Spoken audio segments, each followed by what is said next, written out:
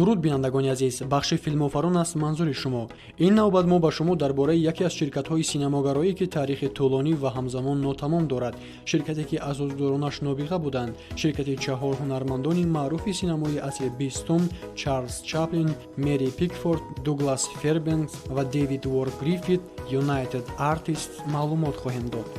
таърихи ширкати United Artists аз 5 феврали соли 1919 дар штати Калифорнияи Амрико оғоз ёфтааст. номи ширкат дар тарҷума иттиҳоди ҳунармандон мебошад ва Чаплин, Пикфорд, Фербенкс ва Гриффит ширкатро маҳз барои тарғибу паҳннамоии филмҳояшон таъсис доданд. дар аввал ширкат танҳо филмҳои тайёрро ба бинандагонаш пешниҳод менамуд.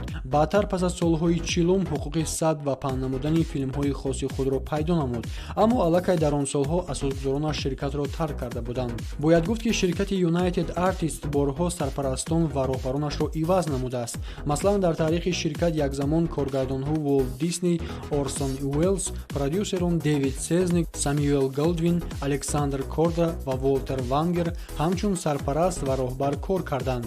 беҳтарин солҳо ва давраи тиллоии пешрафти филмофарӣ ва авҷи шӯҳрати United Artists ба солҳои 60-уми асри гузашта рост меояд, зеро ширкат дар ин солҳо ба истеҳсоли филмҳои Бандиана, Юзи Гулобӣ, таърихи Ветсайди ва ғайра машғул гардид, ки зуд ба дили тамошобинон роҳ ёфт. албатта офаридани филми хуб аз буҷа ва хароҷоти филм низ вобастагӣ дорад. шояд барои ҳамин ҳам ширкат имконияти бештари филмсозиро бо ворид шудан ба зери сарпарастии ширкати Транс Америка пайдо мекунад.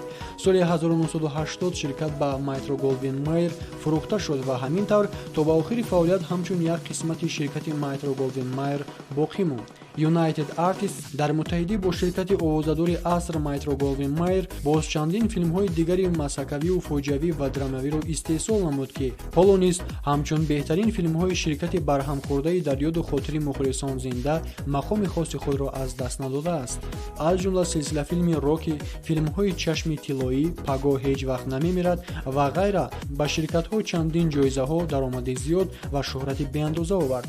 соли 1981 ширкат барҳам хӯрд, вале барои барқарор намудани ширкати асосгузоштаи нобиғаҳои асри синамо ва ёдоварӣ аз онҳо ҳунарманд Том Круз ва продюсер Пол Вагнер соли 2006 бо ширкати Metro Goldwyn Mayer ба мувофиқа расиданд. лек бинобар сабаби мушкилотҳои бузурги ҷойдошта дар истеҳсол ва тарғибу паҳни филмҳо талошҳо бенатиҷа анҷом ёфт. вале бояд гуфт, ки филмҳои офаридаи United Artists шоҳкориҳои асри синамо ба ҳисоб мераванд. бинобар ин саҳми ширкатро дар таърих ва фарҳанги ҷаҳонии синамо нодида гирифтан душвор аст.